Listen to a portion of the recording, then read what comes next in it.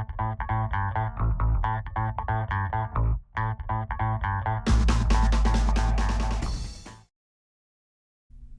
a previous video, I visited with Matthew over at Model Car Videos, and he wanted me to go home with a souvenir. You might have seen that I grabbed a Revell 1968 Dodge Dart. I've seen many people building this kit, so I thought I'd try to build my own version of a slant 6 Dart. It's been a while since I really destroyed a kit, so let's fire up the burn pile. So back at the bench, I have drawn first blood on this 68 Dart by removing the inner fenders. I typically do that because, I don't know, I think I was only supposed to remove this piece, and I just removed all of these. So you know what, those, burn pile. And I think with the rest of this, I think I'm going to just rearrange all of this stuff, because now that I'm looking at it, this slant 6 really looks diminutive. I guess that's the word. We're going to have to do something about that. Like, make all of this fit this better. So I think I'm going to just start cutting. So my favorite cutting tool, I think I'm going to do a little bit more precision instead of dremeling right now. So let's just start removing some stuff. Maybe, can I start scribing? Maybe start scribing like here. Let's try that. Cut, I say. Oh yeah, there we go. Oh, I agree. Can't even see what I'm doing here. Yeah, we're gonna kind of just do that. All right, I'll cut back and see how this went.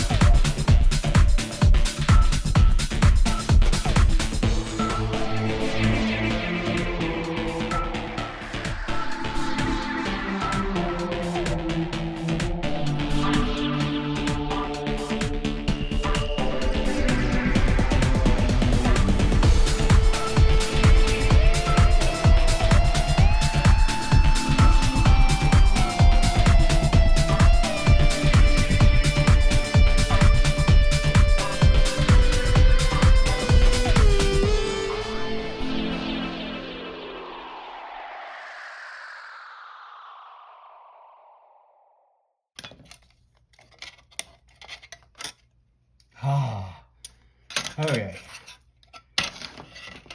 Whew. And I'm glad I still got all my fingers and toes after that project. Next up, I think I'm going to cut some on these sides here. Maybe, I don't know. I probably need to make some tape. I got some electrical tape here. Let's just, maybe, I don't know. What about right there?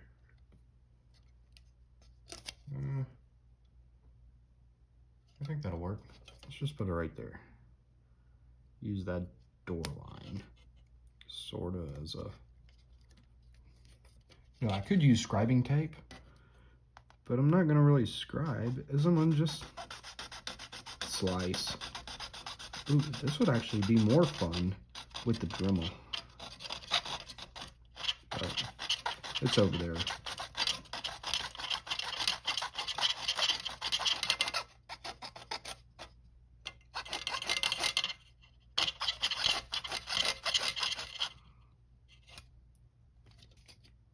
Uh-oh. I don't know if I'm really staying in the line. That's okay.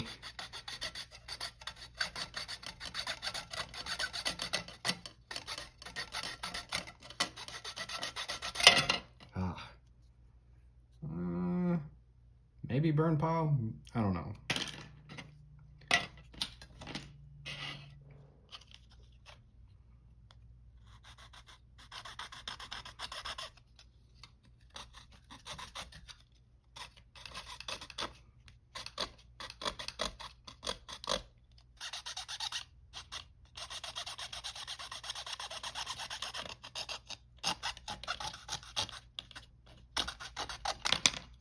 Ah, that's better. Next up, more tape, this time on the roof. Start with scribing tool. I think I should probably, not yet. We're gonna start with the knife. Trying to make a nice line. It's not very straight. That's okay. It'll wind up getting a lot of Bondo later. Now we scribe. Maybe not. Tape. Scribing tape would be better. I'm just too lazy to reach over there and grab it because I just feel like slicing this thing up.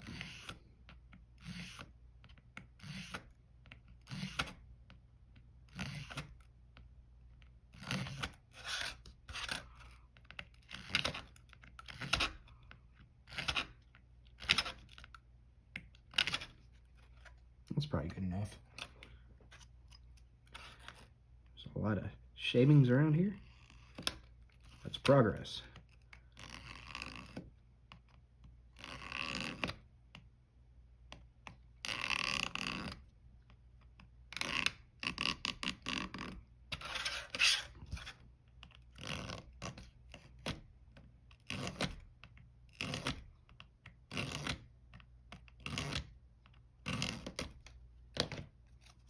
Get this tape out of the way.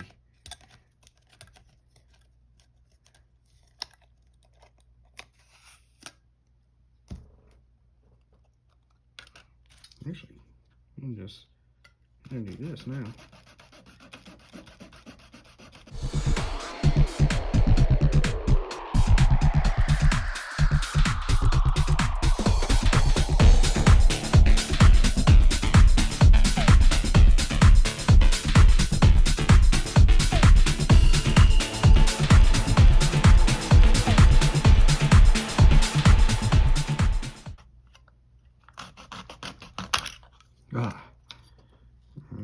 Yeah, let's just finish that off and get that out. Oh, that's actually a pretty cool piece. We're going to save that.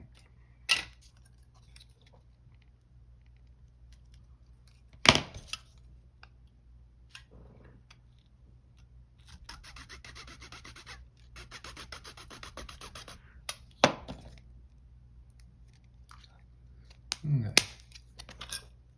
Maybe I should send that to Frank. Maybe he can make a mod top out of that. Probably not. That's burn pile. All right. Well, I think I've thoroughly destroyed my dart. That's approved. And so now we're going to kind of just do some of this. See, maybe I put this back here. Ooh, could these go here? No. Oh, what do we do with these? I don't know. We'll have to figure that out. Maybe this goes here. Maybe these go here. Oh, this is actually looking like something. Or maybe these, or maybe it goes like this. Like this? Ooh, it could be like a town car. Like this? I don't know. Let's just kind of think on that for a little bit. Get this out of here.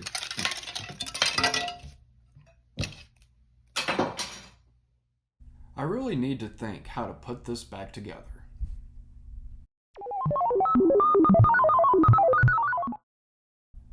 But first I felt like cutting even more and decided to remove a large section from the trunk. Now what? So now I've basically kind of destroyed this dart, probably. And I'm just kind of wondering, does my slant 6 fit there? Yeah, I guess it does. That's kind of cool. But I don't think I'm going to put it there. And here's why. So here's the slant 6, and I have since added a transmission to kind of size this up. So it's a little over 2 inches long. And I'm trying to come up with a way to make more power so it will frolic. And so the obvious thing to do, I thought, is just add another. That's part of the beauty of 3D printing. I can make as many of these as I want. And so the thing about it is, when you have 2 engines and 2 transmissions, it kind of makes a difficult drivetrain because, you know, how does this do things?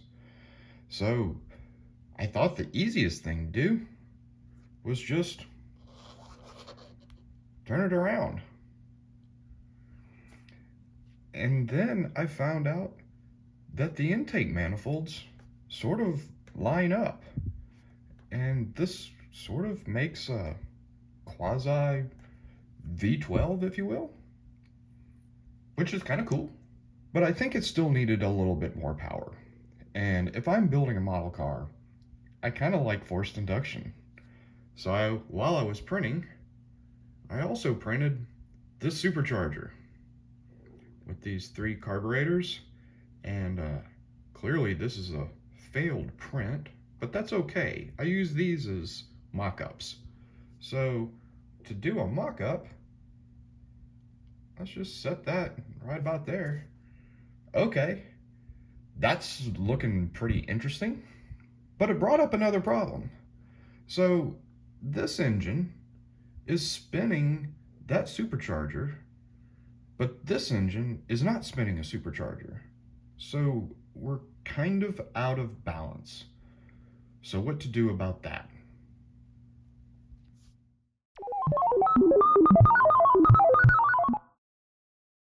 Fans of vintage drag racing should know the name Romeo Palomides. He was associated with all types of epic speed machines. He also produced an intake manifold that would mount 2 superchargers side by side on a triangular adapter.